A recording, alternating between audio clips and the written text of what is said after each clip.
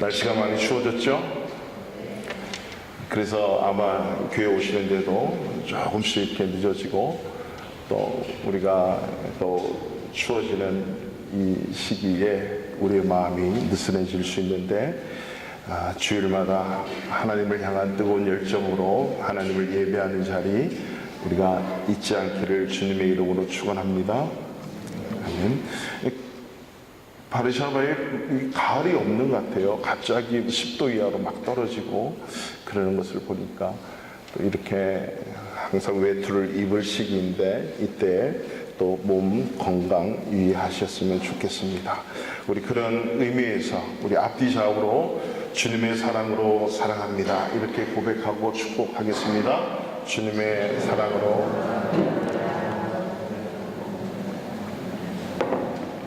할렐루야. 네.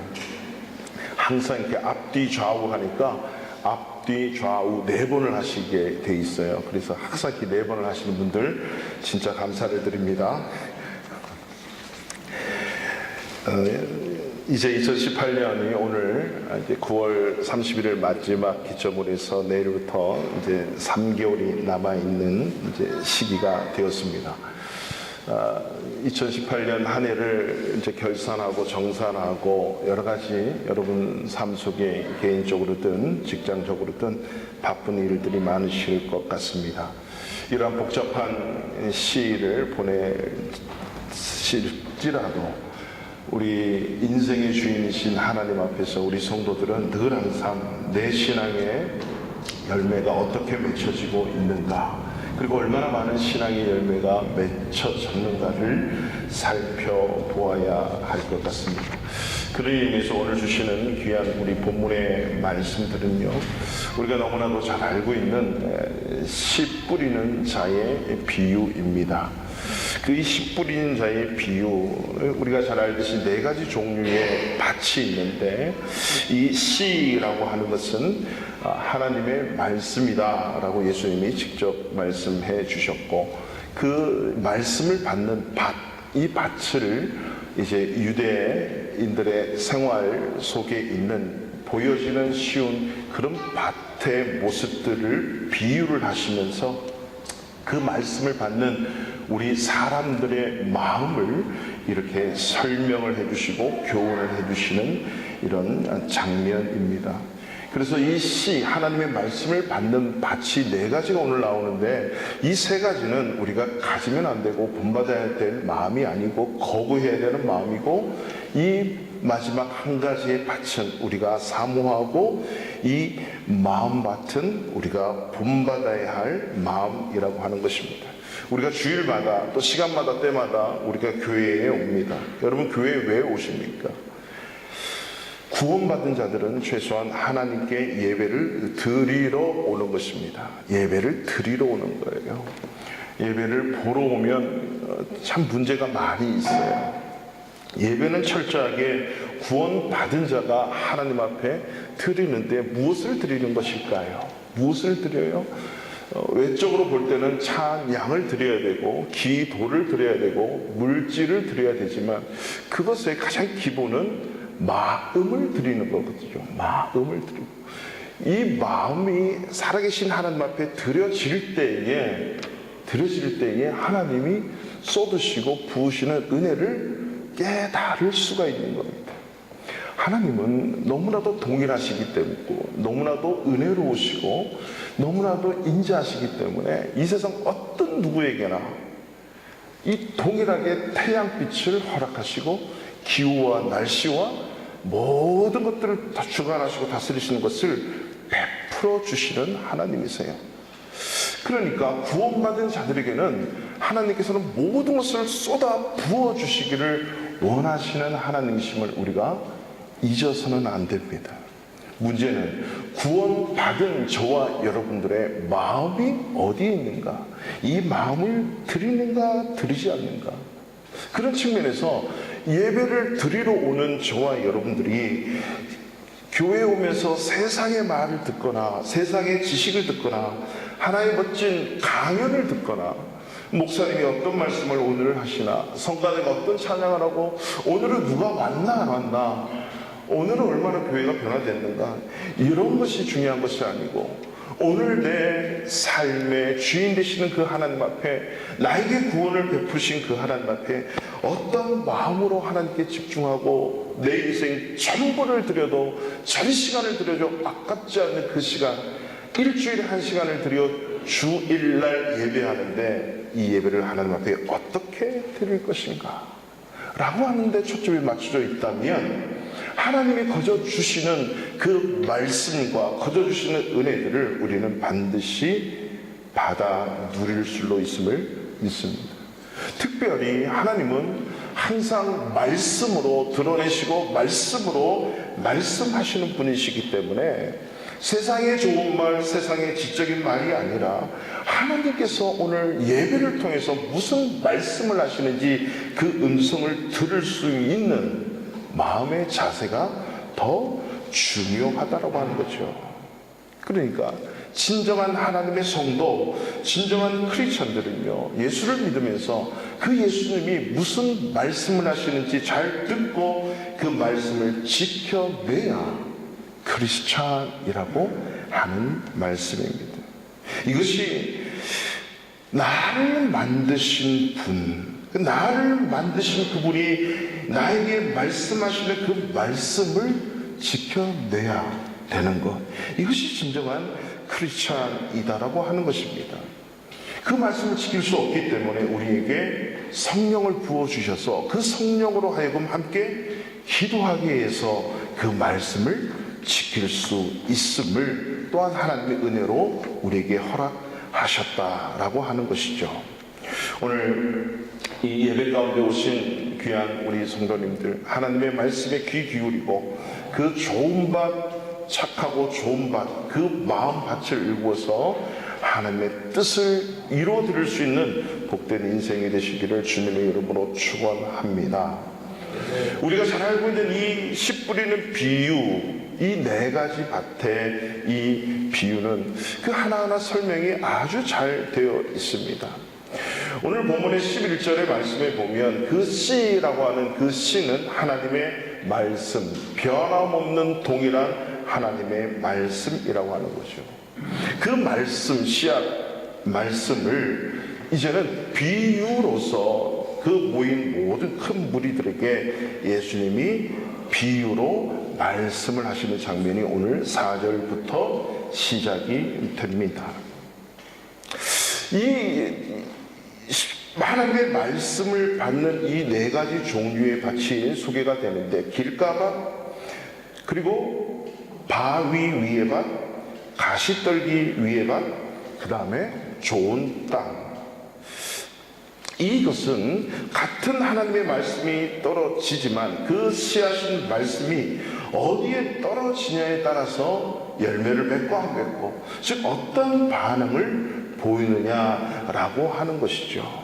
똑같은 하나님의 말씀을 듣지만 우리가 어떻게 그 말씀 앞에 반응하는가를 예수님이 비유로 말씀하셨거든요. 오늘 이 비유의 말씀, 예수님 말씀을 통해서 우리는 한 세 가지 측면으로 한번 생각해 보면서 말씀을 선포하기를 원합니다. 우리가 좀 첫 번째로 생각할 수 있는 것은 왜 예수님께서 이 말씀을 비유로 하셨냐라고 하는 거죠. 예수님이 이 땅에 오셔서 많은 경우에 비유를 써가면서 말씀을 하셨습니다. 그렇기 때문에 이 비유의 의미가 뭔지를 잘 새겨 들어야 되는 거죠. 예를 들면 내가 도적같이 다시 오겠다 그랬는데, 도적같이 왜 옵니까? 예수님이 도둑입니까? 이러면 그 비유의 뜻이 잘못된 거죠. 뱀같이 지혜로워라 그랬는데 뱀은 사악한데 어떻게 뱀같이 지혜롭습니까? 라고 말할 수밖에 없는 거죠. 그렇기 때문에 예수님이 하신 그 말씀의 비유들은 우리가 성령의 감동을 받지 않거나 그 말씀 앞에 올바로 상고하거나 생각하지 않으면, 그 말씀 앞에 올바르게 반응하지 않으면 그냥 스쳐 지나가는 말씀일 수밖에 없다라고 하는 거죠. 왜 비유로 말씀하셨을까? 어느 날 우리 서희라고 하는 어린 아이가 있었어요. 그 어린 아이가 청년부의 모임 시간에 들어왔어요. 그런데 놀랍게도 1시간 반 정도 그 자리에 변함없이 꼿꼿하게 앉아서 조는 게 아니라 다 경청을 하고 있었어요. 그리고 제가 물어봤어요. 하나님의 성경 말씀을 다 대답을 하는 거예요. 근데 어느 때 이해를 못하냐면 청년들의 삶에 관한 얘기를 하고 청년들 수준에서 학교의 얘기를 하고 자기네들을 얘기를 하면 이해를 못하는 거예요. 그러나 하나님의 성경에 있는 말씀을 얘기를 하니까 다 알아듣는 거예요. 성령은요, 우리 마음밭, 어린 아이든 안 어린 아이든 어른이든 말을 들을 수 있든 없든 간에 생명이라면, 영혼이 있는 존재라면요, 성령께서 하시는 말씀은 다 알아들을 수 있는 귀가 있고 마음이 있다고 하는 사실을 여러분 잊지 마십시오. 명심하셔야 됩니다. 배 속에서부터 우리는 성령의 말씀을 가르치면 이 배 안에 있는 아이가 작동을 해요. 그래서 태교가 중요한 거예요. 세상적인 태교가 중요한 것이 아니라 이 생명의 씨앗, 이 생명을 주신 하나님이 더 중요하니까 이 하나님의 말씀을 선포할 때 이 생명이, 그 영혼이 듣는다는 겁니다. 하물며 이 바깥에 나온 아이들은요, 이 증거가 어디 있습니까? 이 세례 요한과 예수님이 뱃속에 있을 때부터 하나님의 말씀과 성령에 반응하기 시작하는 거죠. 성령이 충만한 거예요. 어린아이지만 영혼은 어린 게 아닙니다. 오히려 더 순수한 거죠. 오히려 천국 갈 자격이 그 어린 아이들에게 있기 때문에 그 어린 아이들에게 배워야 하는 것입니다. 그러니까 하나님의 영을 갖고 있는 모든 인간이라면 어떤 누구든지 남녀노소를 막론하고 하늘의 말씀, 성령이 하는 말씀은 다 들을 수 있는 기본 밭이 다 있다고 하는 것입니다. 문제는 무엇일까요? 우리의 마음의 상태가 중요한 것입니다. 그래서 저는 어린아이든 갓난아이든 예배 시간에 어떤 누구든 할아버지부터 갓난아이까지 다 함께 예배하는 것이 하나님 앞에 옳다라고 생각하고 믿고 있습니다. 하나님의 성령은 어린이니까, 그리고 지적인 사람들이 많으니까 지식 수준이 있기 때문에 다르게 역사하시는 분이 아닙니다. 인간이라면, 하나님이 만들어 놓은 영혼이고 사람이라면 동일하게 역사하시는 분이 하나님이심을 성경을 통해서 교훈하고 있다는 사실입니다. 그래서 예수님은 이 비유로 말씀을 하신 이유를 4절과 9절에서 이렇게 말씀하고 있어요. 4절 말씀을 보십시오. 예수님께서는 처음에 나와서 큰 무리를 이룰 때 그 무리들에게 비유로 말씀을 하셨습니다. 그리고 그 말씀을 하시고 난 이후에 이 비유에 대해서 묻는 자들이 누구냐면 9절에 보면 제자들이 비유의 뜻을 물으니, 이 말씀을 들었지만 그 말씀에 반응하는 자들은 큰 무리 전부가 아니라 그 안에서 말씀을 듣고 있는 제자들만이 하나님의, 예수님의 이 말씀에 반응하고 질문을 합니다. 왜 그럴까요? 예수님이 8절 말씀에 이렇게 얘기를 하십니다. 마지막 좋은 땅에 떨어짐에 나서 100배의 결실을 하였느니라 하시고, 이 말씀을 하시고 외치시되, 말씀을 그저 전했지만 이 말씀을 끝나고 외치면서 하시는 말씀이 뭡니까? 들을 귀 있는 자는 들을지어다. 여러분 다 귀가 있지요? 정상적인 모든 사람들은 다 귀가 있어요. 이 들을 귀가 있다고 해서 주의 말씀을 다 듣는 것이 아니다라고 하는 거죠. 하나님의 말씀을 들을 수 있는 귀가 따로 있다라고 하는 것입니다. 이 말씀을 하시고 난 후에 제자들이 예수님께 묻습니다. 주님, 이 비유가 무슨 뜻입니까? 이런 경우에요. 제가 주일날 설교 말씀을 선포를 했습니다. 그러면 이 말씀이 이해가 되고 아멘이 되면 감사한데, 이 말씀은 죽어도 이해가 안 돼. 밤새도록 왜 목사님이 그때 그 말씀을 하셨을까? 라고 해서 밤 새벽 2시든 저에게 전화를 하는 거예요. 실제로 저는 몇 번의 전화를 청년들로부터 받았습니다. 우리 교회에서는 단 한 번도 없어요. 아무튼 봤는데 질문을 하는 거죠. 목사님, 오늘 주일날 이 말씀을 하셨는데 이 말씀이 무슨 의미입니까? 성경을 읽어봐도 이해되지 않습니다 라고 했을 때 제가 설명을 해줘요. 그랬을 때 이 말씀이군요 라고 하는 자들도 있었고, 이게 왜 이해가 안 되지? 라고 말 그대로 니고데모처럼 부자청녀처럼 심히 근심하고 전화를 끊는 자들도 있었습니다. 중요한 것은 무엇입니까?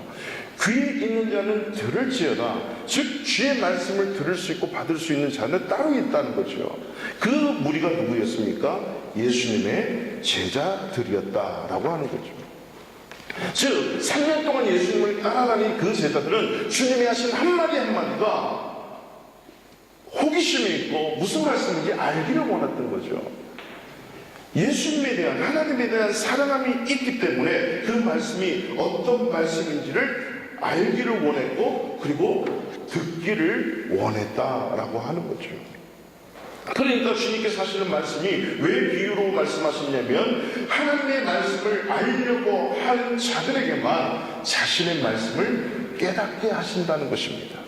하나님은요, 초월적인, 인간이 상상할 수 없을 정도의 신과 같은 존재인 동시에 우리의 인격과도 너무나도 동일한 똑같은 인격자이기 때문에 인격 대 인격으로 대하시는 분임을 여러분 믿으셔야 됩니다. 성경은 우리 인간이 보이지 않는 하나님, 초월적인 하나님, 절대적인 하나님을 알아가도록 우리에게 주신 것이기 때문에 철저하게 인격적으로 기록된 말씀입니다. 인격을 갖고 있는 존재라면 이 말씀을 읽을 때 다 이해가 되는 것입니다. 하나님이 보이지 않는 신이시고 절대적인 초월적인 분이 어떻게 인간하고 대화가 가능하겠습니까? 여기서 애완동물을 키우시는 분들도 많이 계실 텐데, 그 애완동물이 주인의 뜻을 100% 다 이해하고 받아들일까요? 어느 한 날 내가 키우던 고양이가, 내가 키우던 강아지가 퇴근하고 돌아왔는데 주인님 오셨어요 라고 말을 한다면 여러분 놀라서 자빠지지 않겠어요? 그거는 인격체가 아니에요. 일반적인 나의 인격을 받아들여야 되는 비인격적인 존재입니다. 그러면 개와 고양이와 다른 그 모든 애완동물의 수준으로 내가 얘기를 해야 걔가 알아들어요.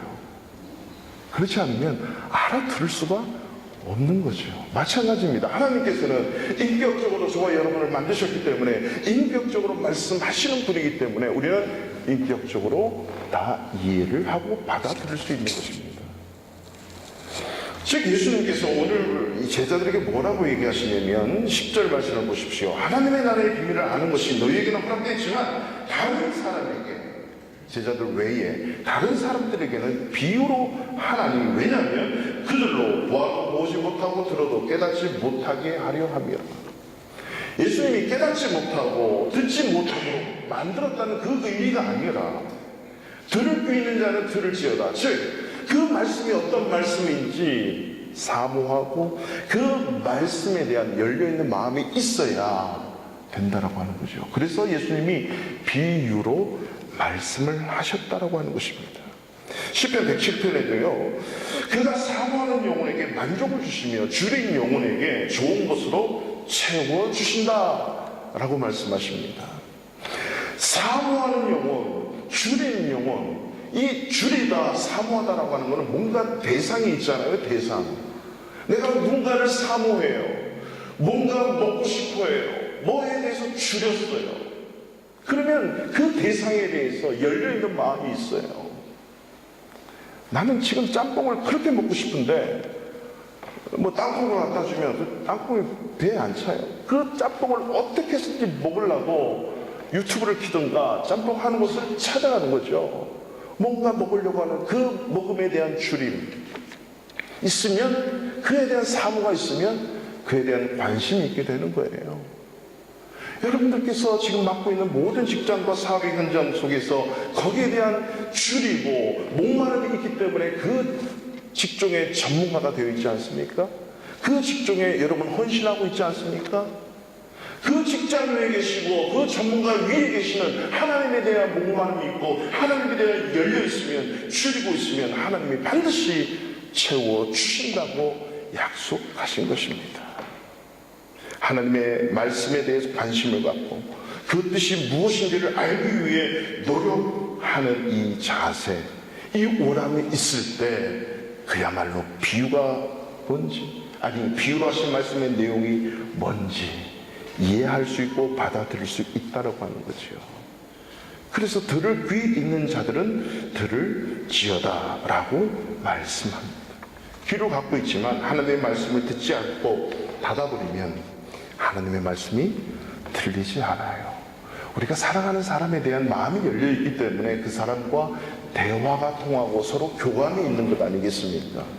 하나님에 대한 사랑하는 마음이 없으면 말도 듣기 싫고 교회도 듣기 싫고 목사도 장로도 집사도 교회 글자만 들어도 마음이 확 닫혀버리는 거예요.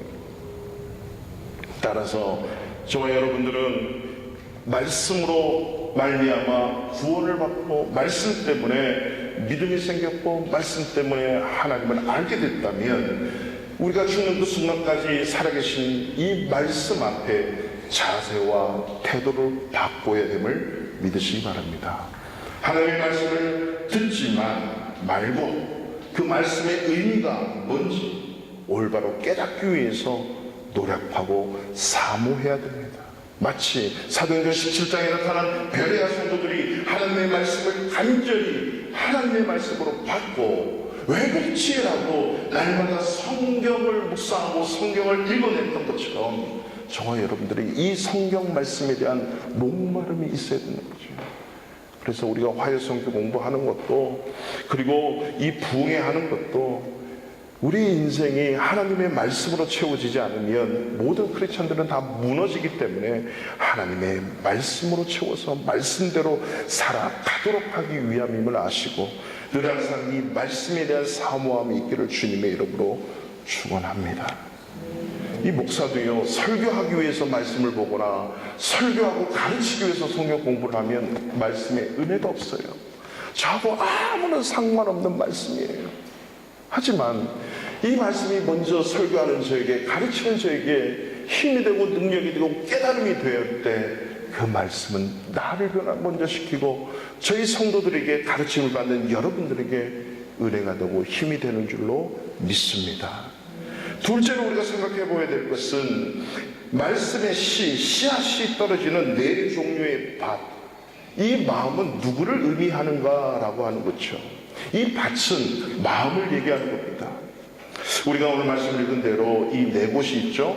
길가 밭, 그리고 둘째는 무슨 밭입니까? 바위 위의 밭, 세 번째는 가시떨기의 밭입니다. 오늘 이 본문의 말씀들은요, 마태복음도 있고 마가복음에도 있습니다. 소위 공관복음이라고 하는 마가와 누가 그리고 마태는 동일하게 이 사건을 기록하고 있습니다. 우리가 성경을 읽으면서 특별히 이 사복음서 안에 동일하게 기록된 이 말씀은 그만큼 중요한 의미가 있기 때문에 이 모든 기자들이, 사복음서의 기자들이 동일한 내용을 기록하고 있다는 사실을 또 우리는 잊지 말아야 됩니다. 자, 그렇다면 여러분은 이 네 가지 밭 중에서 어떤 밭에 속하고 있습니까? 자, 이 밭에 속한다고 생각하고 있을 때 우리가 길가밭, 돌짝, 바위 밭, 그리고 가시떨기 속의 밭, 좋은 밭, 이 땅 중에 하나라고 하는 거죠. 그런데 부류가 따로 있는 것이 아닙니다. 어떤 사람의 부류는 길가밭이고 어떤 사람의 밭은 돌짝밭이고 어떤 사람의 밭은 가시떨기 속밭이고 어떤 사람은 좋은 밭이다. 이것이 아니고 내 한 사람 이 마음속에 어떤 때는 좋은 밭이 있는가 하면 어떤 때는 가시떨기 같은 밭이 되고 어떤 때는 돌짝같이 바위짝같이 딱딱한 마음이 되고 어떤 때는 길가의 그 밭처럼 냉랭해질 수 있는 마음이 공존한다는 겁니다. 여러분, 예수를 믿으면서 항상 좋은 마음만 있던가요? 이야, 역시 당신은 그렇지 않습니다. 역시 당신은 바리새파 하나님교회 집사님이시군요 라고 칭찬을 들을 때가 많습니까? 아니면 오히려 그것을 숨기기를 원할 때가 많이 있습니까? 저도 목사지만 어디 가서 저는 목사입니다 당당하게 얘기하고 싶을 때도 있지만 어떨 때는 제가 목사인 것이 부끄러울 때도 있어요. 첫 번째는 제가 부끄러워서 부끄러울 때가 있고, 두 번째는 주님이 부끄러워서 부끄러울 때가 있어요. 여러분, 어느 경우에 속하냐는 거죠. 구원받은 저와 여러분들은 항상 이 마음속에 좋은 밭, 가시떨기밭, 그리고 돌짝밭, 바위밭, 그리고 길가밭, 이 네 가지의 마음이 동시에 항상 작용한다고 하는 사실을 잊지 말아야 됩니다. 그렇기 때문에 우리는 항상 이 좋은 밭이 되도록 끊임없이 주님 앞에 간구하고 우리의 마음을 다스려야 돼요. 15절 말씀처럼 착하고 좋은 마음으로 받을 수 있는 그런 좋은 밭 되기를 주님의 이름으로 축원합니다. 첫 번째로 길가밭이죠. 길가밭의 우리 5절 말씀해 보십시오. 길가에 떨어짐에 밟히며 공중의 새들이 먹어버렸다. 이 길가밭에 대한 비유의 설명을 12절에서 이렇게 하고 있습니다. 다 같이 12절 읽을까요? 시작. 길가에 있다는 것은 말씀을 들은 자니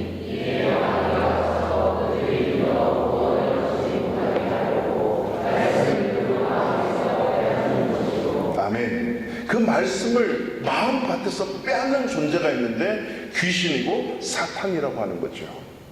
이게 길가에 뿌려진 겁니다. 유대인들은 씨를 흩어 뿌립니다. 뿌리다 보면 그 씨 뿌리는 농부가 어디 좋은 밭에 뿌리기를 원하지 일부러 길가에 뿌리고 일부러 돌짝에 뿌리고 일부러 가시떨기에 뿌리는 경우는 한 번도 없어요. 이 목사가 설교를 할 때 주님께서도 이 땅에 오셔서 말씀을 증거할 때 좋은 밭에 말씀을 뿌리기를 원하시지 소규의 경 읽듯이 아무 데나 뿌리기를 원하는 농부가 없단 말이죠. 그럼에도 불구하고 비유로 말씀하신 이유는 유대인의 그 씨 뿌리는 방법이 흩어 뿌리기 때문에 바람에 날려서 흩어진 이 씨가 때로는 좋은 밭에 다 뿌려지지만 때로는 돌짝 바위 위로 올라가서 바위라고 하는 건 돌짝이라고 하는 것은 땅이 없고 바위 돌짝 위에 흙만 얇게 깔려있는 그 상황을 얘기합니다. 그리고 때로는 가시떨기 밭으로 떨어질 수도 있고 길가라고 하는 것은 밭과 밭 사이에 있는 그 길에 떨어질 수도 있다라고 하는 거죠. 이 길가에 떨어진 이 씨앗, 이 말씀은 마귀가 먹기에 너무 좋기 때문에 받자마자 말씀을 듣자마자 마귀가 마음에서 뺏어간다라는 거죠. 그렇기 때문에 우리가 이 마음이 나도 모르게 굳어져서 말씀이 들리지 않고 말씀이 들어도 들려지지 않고 받아들여지지 않는 일이 없도록 늘 항상 우리는 이 마음밭을 길가밭에서 좋은 밭으로 기경을 해야 됩니다. 그래서 호세아에서도 보면 너희 묵은 땅을 기경하라. 이거는 믿지 않는 자들에게 얘기하는 것이 아니라 이스라엘 백성, 하나님의 백성들에게 얘기하는 거예요. 묵어버린 우리의 땅, 냉랭해진 이 땅을 기경하라라고 경고하고 있는 것입니다. 두 번째, 이 바위, 즉 돌짝밭이라고 마태복음, 마가복음에는 기록하고 있습니다. 이 떨어진 씨앗, 어떤 씨앗입니까? 6절 말씀 볼까요? 더러는 바위 위에 떨어지며 싹이 났다가 습기가 없으므로 말랐고, 이 얘기를 제자들에게 13절에서 이렇게 얘기합니다. 다 같이 읽습니다. 바위 위에 있다는 것은 말씀을 들을 때에 기쁨으로 받아라. 뿌리가 없어 잠깐 있다가 시련을 당할 때에 배반하는 자예요. 바위 위에 씨가 말씀이 뿌려졌다는 것은 뭐냐면 배반한대요. 기쁨으로 받아요. 말씀을 들을 때는 아멘, 맞지 하다가 뿌리가 없어서 잠깐 믿을 때 잠깐 믿다가 시련이 오거나 고난이 오면 넘어져요. 넘어질 뿐만 아니라 배반을 하게 되는 거죠. 왜 그렇습니까? 뿌리를 내리지 못해서 열매가 맺을 수가 없습니다. 뿌리가 반드시 내려져야 열매가 맺는 거죠. 그러니까 이 마음이 단단해져 있으면 이 말씀이 깊이 들어가지가 않아요. 뿌리를 내릴 수 없어요. 그래서 주님 뜻대로 범사에 순종하면서 살아야 될 우리가 뿌리가 없으니까 오히려 그 말씀이 말라 없어져 버렸어요. 이 말씀은 상황에 따라서 말씀대로 살지 않는 배반까지 갈 수 있다는 거죠. 베드로를 보세요. 모든 제자들이 다 주를 버리고 떠날지언정 저만큼은 절대 떠나지 않겠습니다. 이렇게 호언장담하고 예수님께 자기의 충성을 맹세했지만 정작 예수님이 십자가에 달리시기 위해서 붙들렸을 때 너도 한패잖아, 네가 수제자잖아 라고 다가왔을 때 예수님을 부인하고 부정하고 배반하고 도망가 버립니다. 결국 그 말씀이 허무맹랑한 말씀으로 돼버리고 만 거죠. 저와 여러분도 그래요. 이 말씀이 단단하면, 마음이 단단하면, 말씀에 뿌리 내리지 못하면요, 말씀대로 살지 않아요. 에이, 내 마음대로 살지. 말씀이 온데가도 없이 생각이 나지 않아요. 저도 목사이지만요, 그럴 때 많아요. 화가 치밀고 욱하고, 참 그런 경우 왜 그렇지만 그 말씀을 기억하고 배반하지 말아야지 라고 내 마음과 태도를 바꾸는 것, 이게 중요하다는 거죠. 그리고 세 번째로 7절에 가시떨기 밭인데 더러는 가시떨기 속에 떨어짐에 가시가 함께 자라서 기운을 막았다. 이 표현을 제자들에게 어떻게 설명했습니까? 14절 다 같이 있습니다. 가시떨기에 떨어졌다는 것은 말씀을 들은 자이나 지내는 중 이생의 염려와 재물과 향락의 기운이 막혀 온전히 결실을 하지 못하는 자요. 가시떨기가 기운을 막았대요. 뿌리도 어느 정도 내렸어요. 결실을 이렇게 맺어야 되는데 말씀을 듣고 뿌리를 내렸는데 세상의 염려, 재물, 내 욕심, 세상에 주는 기쁨, 세상에 주는 만족감, 여기에 막혀가지고 더 이상 못 올라가는 거예요. 그래서 항상 거기까지밖에 안 가는 거예요. 예수를 5년 믿거나 10년 믿거나 30년 믿고 평생을 믿어도 항상 거기서 주저하는 거죠. 뭔가 막혀 있다는 겁니다. 더 이상 성장이 없고 더 이상 올바른 열매가 없다는 거죠.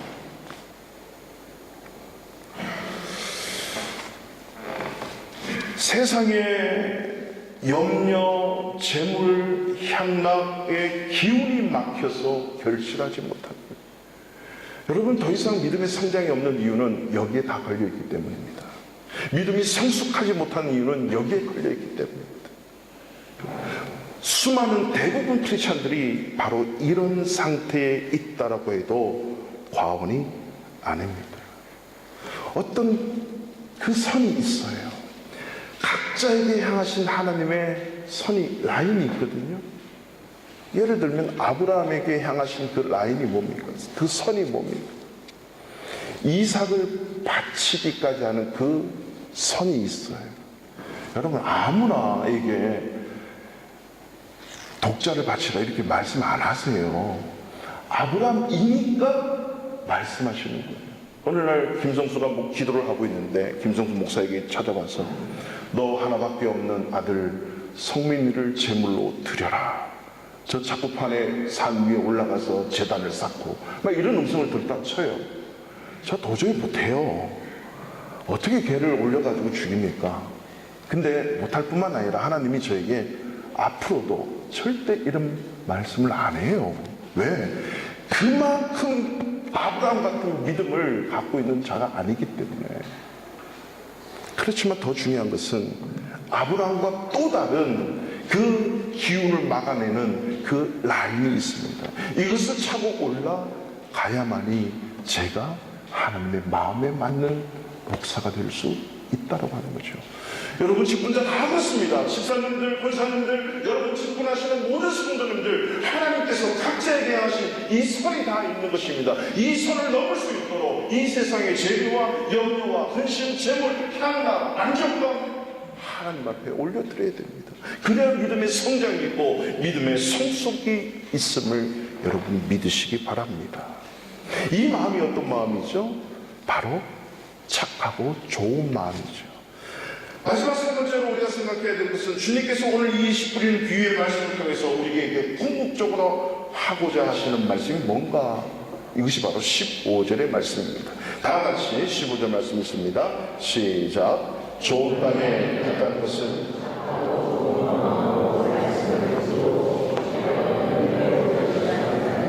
아멘. 예수님께서 8절에 보면 더러는 좋은 땅에 떨어짐에 나서 100배의 결실을 맺는다 그랬습니다. 오늘 15절의 말씀을 보면 그냥 결실에 딱 있는데 마태복음과 마가복음은 30배, 60배, 100배. 이것은 어떤 산술적인 것을 얘기하는 것이 아니라 점점점 증거하고 점점 성장하고 성숙하는 것, 그리고 영적인 성장에는 끝이 없다라고 하는 것입니다. 계속적으로 성장과 성숙이 일어나기 때문에 영적인 성장은 끝이 없어요. 육적인 성장은 끝난대요. 거의 25세가 되면 육적인 성장은 다 끝난대요. 그때부터 노화가 시작된다는 거죠. 영적인 성숙, 내면적인 성숙은 성장의 끝이 없다는 거죠. 그러니까 우리가 알면 알수록 머리를 숙인다 그러고 이런 어떤 내면적인 얘기를 할 때는 그 한계가 없다는 거죠. 영적인 것도 30배, 60배, 100배의 그 의미는 점점 많아지고 점점 넓어지고 100이 끝나는 것이 아니라 점점 영적인 성장과 성숙, 끝이 없는, 그리고 주님을 마지막까지 닮아가는 그것을 말씀하고 있는 겁니다. 결국 C, 하나님의 말씀을 듣는 그 이유는요, 열매 맺기 위한 거다. 여러분, 열매 맺는다는 말이 무슨 말씀일까요? 보여지는 거예요, 열매는. 그렇다면 보여지는 걸 통해서 하나님께 영광을 돌리는 것이거든요. 그 열매 맺는다는 것은 하나님의 말씀대로 살아내는 거예요. 말씀대로 살아낼 때에 하나님의 기적과 능력을 맛볼 수가 있는 겁니다. 하나님의 말씀대로 살지 않으면 하나님의 기적과 능력을 도저히 맛볼 수가 없어요. 어떤 선을 넘어가야 그 이삭을 드리려고 할 때에 하나님께서는 이삭을 드리는 그 아브라함의 그 현장 속에 한편에서 양을 준비하고 계셨듯이 우리가 하나님께서 정해놓으신 그 선을 향해 달려갈 때 하나님이 예배해 주신 여호와의 일회의 축복을 맛볼 수 있음을 여러분 믿으시기 바랍니다. 하나님은 절대 이삭을 원하시는 분이 아니라 아브라함의 태도와 마음을 받으시는 거죠. 즉 다시 말해서 열매라고 하는 것은 내가 맺으려고 할 때는 열매가 맺을 수 없어요. 여러분, 주님을 위해서 일한다고 하지만 그것이 과연 주님을 위해서 일하는 것일까요? 주님께서 나에게 한 것처럼 그런 일 여러분 못합니다. 이걸 해낼 수가 없어요. 중요한 것은 말씀을 지키는 그 순간 어떤 마음으로 받고 어떤 마음으로 말씀을 실천할 것인가. 오늘 본문에도 말씀을 보면 15절에 보면 착하고 좋은 마음으로 말씀을 듣고 지키여 라고 했는데, 이 지키라는 것은 어떤 우리의 액션을 얘기하는 것이 아닙니다. 실례지만 이 원문에 보면 이 지킨다라고 하는 이 의미는 hold firm입니다. 굳게 붙드는 거예요. 말씀을 굳게 붙들고 있으면 이 말씀대로 살겠습니다라고 하고 말씀을 붙들고 있으면 열매는 제대로 맺혀지는 거예요. 그래서 요한복음에 예수님이 뭐라고 말씀하시냐면 하나님은 포도밭의 농부고 나는 참 포도나무고 너희는 가지니, 가지가 포도나무에 붙어 있을 때에만 포도 열매를 맺는 거예요. 가지가 안 붙어 있으면 열매를 맺을 수가 없어요. 가지가 열매 맺는 것 같지만 뿌리와 나무를 통해서 그 가지에 열매를 맺는 것입니다. 그렇다면 이 가지된 저와 여러분이 할 수 있는 것은 말씀을 듣고 굳게 지키는 것, 가지에 포도나무에 붙어 있기만 하면 열매는 저절로 맺히는 거예요. 굳게 지키려고 하지도 않고 들으려고 하지 않는데 어떻게 열매가 맺히겠습니까? 열매는 가지된 우리가 맺는 것이 아닙니다. 가지가 나무에 붙어 있기만 하면 극자 저절로 맺히는 거예요. 그래서 예수님이 뭐라고 말씀하시는 거예요? 내 말이 너희 안에, 너희가 내 안에 구하면 과실을 맺으리라. 우리가 맺는 게 아니라는 거죠. 우리가 할 수 있는 것은 그 마음으로, 우리에게 주신 그 인격의 마음으로 하나님의 말씀을 사모하고 그 말씀으로 살아내려고 하는 홀더펌, 하나님의 말씀을 굳게 붙들고 있으면 하나님이 열매 맺게 하는 인생이 될 줄로 믿습니다. 그리고 인내하면 되는 거예요. 좀 죽여야 돼요. 이 인격을 좀 죽여야 돼요. 화나도 힘들어도 좀 내 성격 죽이고 내 성질 죽이고 오래오래 기다리면서, 농부가 한 해의 결실을 맺기 위해서 1년을 싸우잖아요.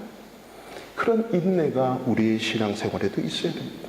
그래서 성령의 열매 보면 오래 참는 거, 인내하는 거. 고린도서 13장의 사랑이란 보면 그 참고 견디고 인내하는 것을 3번이나 얘기하고 있어요. 그만큼 인내는 우리에게 중요한 것이죠.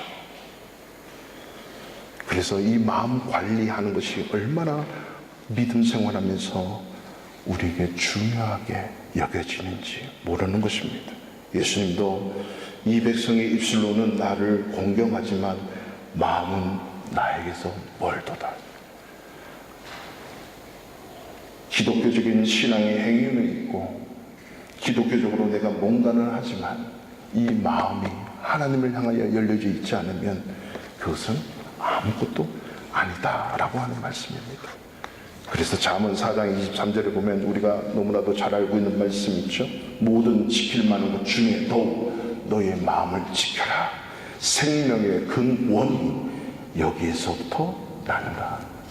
내가 살아가는 생명의 힘이 어디서부터 납니까? 마음. 여기서 마음은요, 하나님이 우리 인간을 창조했을 때 주신 그 인격과 우리의 영혼에 집중된 장소, 이게 마음이라고 하는 거예요. 말하고 행동하고 생각하고 내 의지를 가지고 살아가는 이 모든 것의 중심이 마음이라고 하는 거죠. 그 마음이 없으면 하기 싫은 거죠. 마음에 있으면 뭐라도 감당하게 되는 거예요.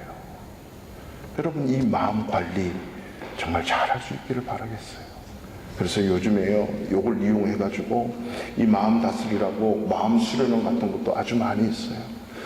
바르샤바는 모르겠어요. 제가 가는 외국에는 계속 이런 게 있더라고.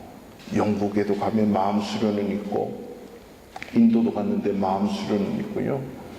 바르샤바는 모르겠어요. 저를 따라와서 또 마음 수련회가 있는지. 이거는요, 대한민국 사람이 만들어낸 거예요. 마음 수련을 잘하면 결국 내가 우주가 되고 지구 전체가 되고, 그래서 내가 석가도 되고 공자도 되고 마음에도 되고 예수도 되고 하나님도 된다. 이게 결론이에요. 마음 잘 다스리면. 여러분, 이 마음을 누가 주셨는데요? 하나님이 주셨기 때문에 이 하나님께 열려있지 않으면 그 마음은 그 마음이에요. 인간의 마음은 여전히 인간의 마음이라고 하는 거죠. 또한 요가라고 하는 것, 마음 다스리기 위해서 결국 요가라고 하는데, 여러분 혹시 요가 하시는 분 있으세요? 죄송합니다. 당장 오늘부터 끊으세요. 스포츠를 하는 거는 괜찮은데 요가라고 하는 걸 하시면 안 돼요. 요가라고 하는 것은요, 말 자체가 힌두교 종교의 언어예요. 예를 들면 힌두교 사원에 갔는데 하나님은 살아계십니다 이런 말 적혀 있으면 예수 그리스도는 죽으시고 살아나셨습니다, 뭐 이런 말 있으면 이상하잖아요. 요가라고 하는 거는 관세음보살, 나무아미타불 이런 말하고 똑같은 힌두교의 용어예요. 이 용어 앞에 갖다 써놓고 요가라는 것은 자기가 만든 신을 향한 몸부림, 이게 요가의 의미예요. 그래서 이 요가는 어떤 경우를 막론하고 해서는 아니 되는 것입니다. 말씀의 결론을 제가 내줄까 합니다. 인터넷에 어떤 검색을 하다가 제가 이런 글을 읽었어요. 참 인간의 마음이 어떤가 여러분 잘 한번 들어보세요. 참 간사하고 영리도 하지만요, 무지하기가, 어리석기가 짝이 없는 것이 인간의 마음이에요. 서울에 사는 어떤 한 사람이 오랜만에 참 늘 집에서 있는 사람인데 너무 골치도 아프고 직장 생활도 안 되고 막 이래가지고 너무 힘들어서 새벽 아침 일찍 산에 등산을 하게 됐답니다. 자기 집 가까운 곳에 유명한 동네 산이 있어서 등산을 했는데 오랜만에 등산을 하니까 이 배에 얼마나 활성화가 일어나서 갑자기 도저히 참을 수 없는 배설의 시간이 온 거예요. 신호가. 그래서 도저히 안 돼가지고 어쩔 수 없이 길을 다니는 그 조금 안쪽으로 들어가서 실례를 했답니다. 이거 뭐 갑자기 뒤처리를 못 하잖아요. 그죠? 그래서 자기 몸에 붙은 거는 어떻게 처리를 어떻게 하더라도 이걸 어떻게 처리할까 하다가 평소에도 더 많은 양이 나와가지고 나뭇가지로 덮고 돌을 팍 쌓아놨대요. 그리고 완벽하게 딱 해놓고 아이고 살았다 하고 이제 자기 등산하고 이제 내려왔잖아요. 근데 계속 그것이 생각이 나더래요. 그래서 몇 주가 지나서 다시 그 산으로 올라간 거예요. 그 산에 올라갔더니요, 참 놀랍게도 그 돌탑의 높이가 자기 키만큼 올라갔대요. 지나가는 사람들이 다 거기 돌을 하나씩 얹고 뭔가가 앞에서 묵상을 하는지 하면 소원을 비는지 이러고 있더래요. 결국 그게 뭐예요? 똥탑이잖아요. 똥돌탑. 그걸 보면서 자기가 와, 이 똥은 나보다도 낫네. 거기서 절을 받고 있고 모든 사람의 마음에, 모든 사람들의 마음에 소원을 받고 있는 거예요. 이 똥탑이. 그걸 보면서 웃음도 엄청 나오고 씁쓸하기까지 한 거예요. 여러분, 이게 인간이에요. 뭔가 좀 신기하고 이상한 거 있으면 거기에 갖다 놓고 다 뭐예요? 이게 빌잖아요. 뭐 관광지 가면 동전 떨어뜨리고 뭐 이렇게 해놓고 있으면 저는 그걸 보면서 아, 저거 어떻게 한번 꺼내보고 싶다 이런 마음밖에 들지 않아요. 저는 어떻게 하면 저거 한번 내가 끌고 나와볼까, 이 마음. 밤에 와서 몰래 한번 건져다 볼까 막 이런 마음들, 그런 마음 들지 않으세요? 재미로 하는 것 같은데 그게 똥인 줄 모르고 똥 돌탑인 줄 모르고 거기에 마음을 들이는 거예요. 뭔가 신기한 것처럼. 세상은 이런 거더라고요. 세상의 모든 것은 그렇게 한낱 푸실없이 지나가는 이런 어리석고 무지한 것인데 인간은 거기에 자기 마음을 들이면서 뭔가 하나 돌탑을 쌓아서 뭔가 하나 기대 보려고 하는 이 어리석음. 여러분 마음은 어디에 더 가 있습니까? 여러분을 하나님의 사람으로 불러주시고 영원한 생명으로 인도해 주신 그 하나님 말씀 듣고 지키고 인내하면서 그 말씀의 결실을 맺어보려고 몸부림칠 수 있기를 축원합니다. 살아계신 하나님의 말씀으로 깔아놓고 다져진 이 마음이 여러분 진짜 마음이에요. 그 말씀으로 다져진 마음이 있으면 여러분 삶에 여러분 생각하지도 못하고 상상할 수 없는 그 놀라운 일들이 말씀을 통해서 일어난다는 사실을 여러분 경험할 수 있기를 주님의 이름으로 축원합니다.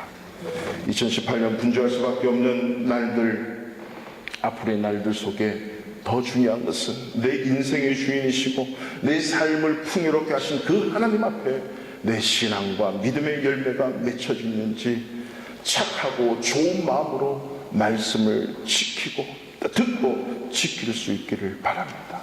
그래서 풍성한 열매를 여러분이 맺으셔서 여러분들을 통해서 우리의 자녀들, 우리의 가족들, 우리의 회사 동료들, 우리의 이웃들이 여러분들에게 있는 그 열매를 따먹음으로 인해서 풍성해지고 복된 인생이 될 수 있는 복의 근원과 통로가 되시기를 주님의 이름으로 축원합니다.